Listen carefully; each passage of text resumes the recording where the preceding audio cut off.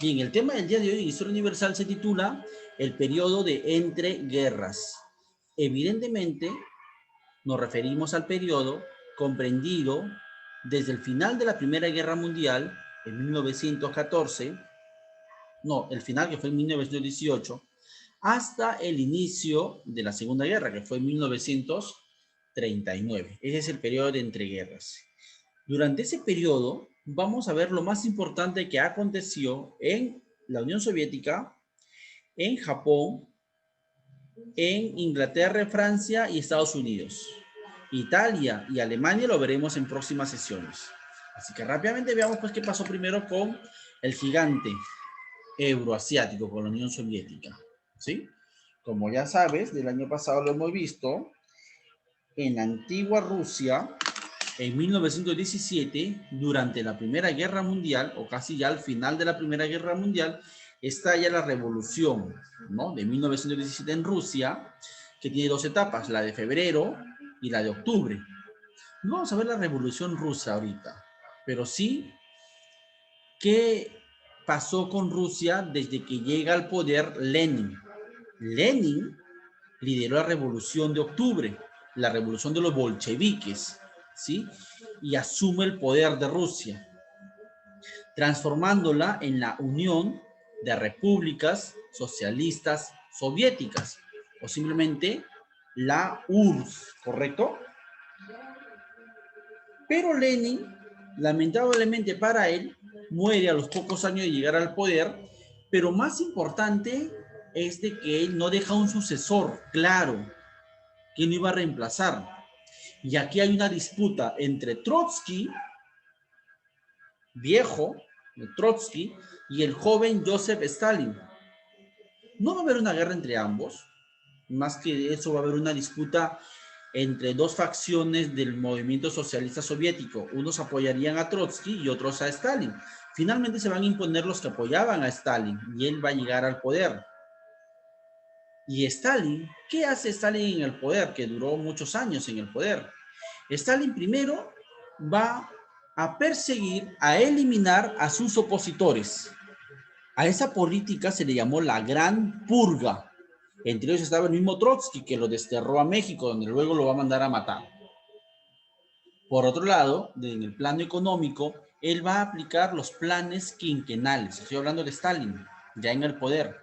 Los planes quinquenales eran modelos de producción planificados cada 5 años, cuyas metas eran muy ambiciosas y que tenían que cumplirse cueste lo que cueste.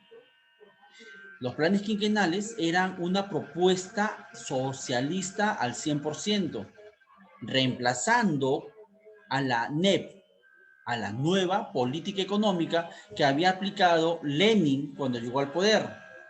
La NEP es de Lenin, los planes quinquenales son de Stalin. La NEP de Lenin era una economía mixta que combinaba el socialismo con el capitalismo. En cambio, los planes quinquenales de Stalin son exclusivamente programas socialistas al 100%, es decir, donde el Estado controla, planifica, dirige la economía, ¿ok?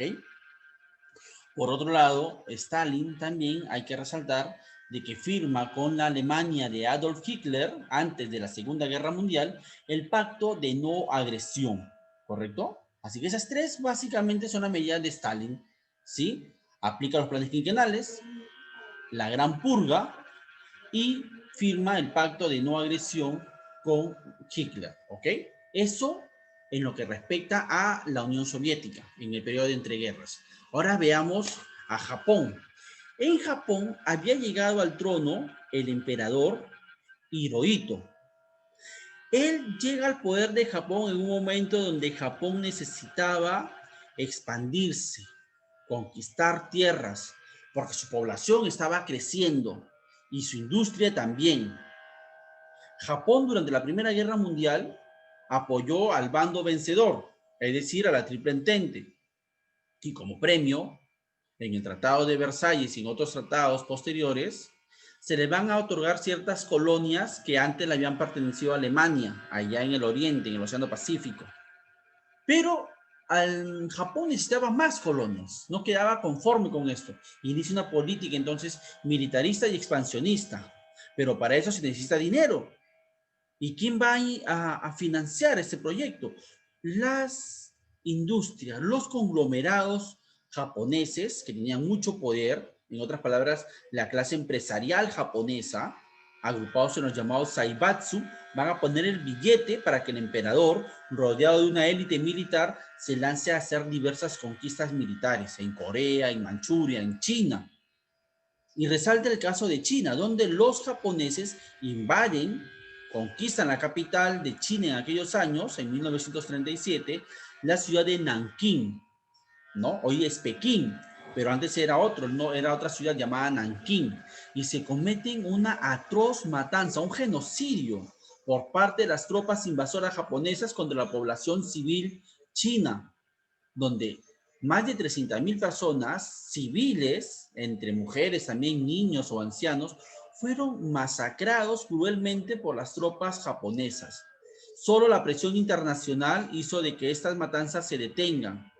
Destaca también el papel que jugó un diplomático alemán, miembro del partido nazi que vivía en China, llamado John Rabe, el cual, junto con otros ilustrados, importantes personajes extranjeros en China, crearon algo así como una zona desmilitarizada, un refugio donde los soldados, donde la población civil china que huía de estas matanzas tenía protección, bajo la amenaza clara de que si las tropas japonesas entraran a esta zona, Japón se las iba a tener que ver con en este caso con la Alemania de Hitler. Así que gracias a John Rabe se evitó que esta matanza sea mucho mayor. Por algo a John Rabe se le conoce, se le llama como el Hitler de Nankín. Digo Hitler, no Hitler, ¿ah? Hitler, los que han visto la película, la lista de Hitler, es un alemán que en plena Alemania nazi protegió, salvó a miles de judíos, ¿no? Por eso se le llama, a Rabe se le llama el Hitler de Nankín, ¿ok? Mientras eso ocurría en el Oriente con la Unión Soviética y con Japón, ¿qué pasaba en el Occidente? En Francia y en Inglaterra, ¿no? Habían ganado la Primera Guerra Mundial, pero igual su economía estaba paralizada. Sus carreteras habían sido bombardeadas, ciudades destruidas, el aparato productivo detenido, mucha mano de obra había sido muerta o mutilada durante la Primera Guerra Mundial, así que no era tan fácil reconstruir estas economías. Pero recibían el apoyo económico de los Estados Unidos hasta 1929, que ya sabes que se produce la Gran Depresión, por la cual Estados Unidos deja de ayudar a estos países, a Inglaterra y a Francia y a otros países de Europa. Y eso va a llevar a que estos dos países, Inglaterra y Francia, no puedan detener la política expansionista y militarista de la Alemania de Adolfo Hitler. Política que no se debía hacer porque desde el Tratado de Versalles se le impedía a Alemania tener siquiera un ejército. Pero ¿quién se lo tenía que impedir? Inglaterra y Francia. Pero Inglaterra y Francia, reitero, estaban debilitadas económicamente y no podían detener a Hitler. Frente a eso, lo que hicieron estos países, Inglaterra y Francia, fue más bien aplicar la política de apaciguamiento, es decir, ceder a las ambiciones de Hitler con la promesa de que Hitler no inicie una Segunda Guerra Mundial. Y en esa política de apaciguamiento se le permitió, por ejemplo, a Hitler anexarse a Austria en el llamado Anschluss o unión, anexión entre Alemania y Austria. Fue una anexión pacífica antes de la Segunda Guerra Mundial. Pero como Hitler veía que le tenían miedo los ingleses y los franceses, se aprovecha y su siguiente víctima va a ser Checoslovaquia. Y en el pacto de Múnich le permiten los ingleses y franceses a Hitler conquistar Checoslovaquia, pero con el compromiso de que no se iba a dar una tercera guerra mundial. Pero como bien sabes, una segunda guerra mundial, pero como bien sabes, Hitler desacata esa promesa años después cuando invade Polonia, iniciando así la Segunda Guerra Mundial. Ahora, para terminar, ¿qué pasaba en Estados Unidos? Ya sabes que terminada la Primera Guerra Mundial, Estados Unidos era la potencia mundial, ¿sí? Las ventas crecían, las inversiones, la gente tenía trabajo, Y todo parecía súper bien. Eran los años de 1920, 1922, 24, todo estaba espectacular. Hasta 1929, específicamente el 24 de octubre, que hace poco se celebró el 24 de octubre. Cayó un jueves, el jueves negro. En aquella fecha, la bolsa de valores de Nueva York se derrumbó, generando una crisis económica no solamente en Estados Unidos, sino en todo el mundo.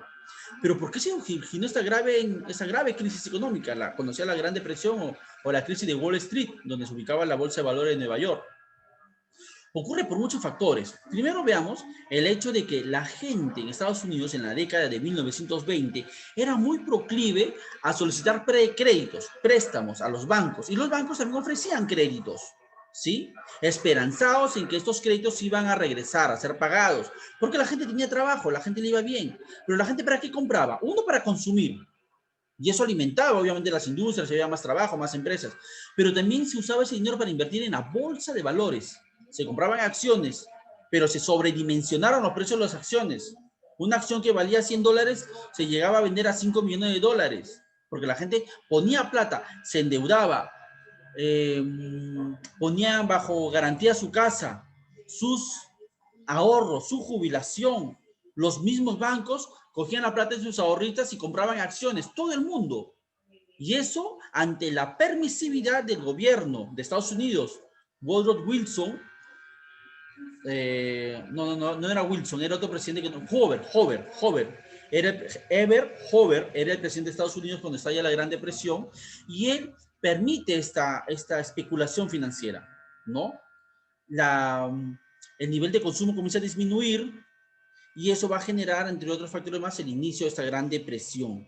Afortunadamente, se aprendió de esta Gran Depresión y hoy en día el Estado regula, evita el fácil acceso al crédito y que la especulación financiera no sea como una burbuja que estalle y reviente, generando una Gran Depresión. Bueno, eso lo veremos un poquito más de aquí un ratito más adelante. Ahorita quiero detener la grabación porque luego se hace pesado el video.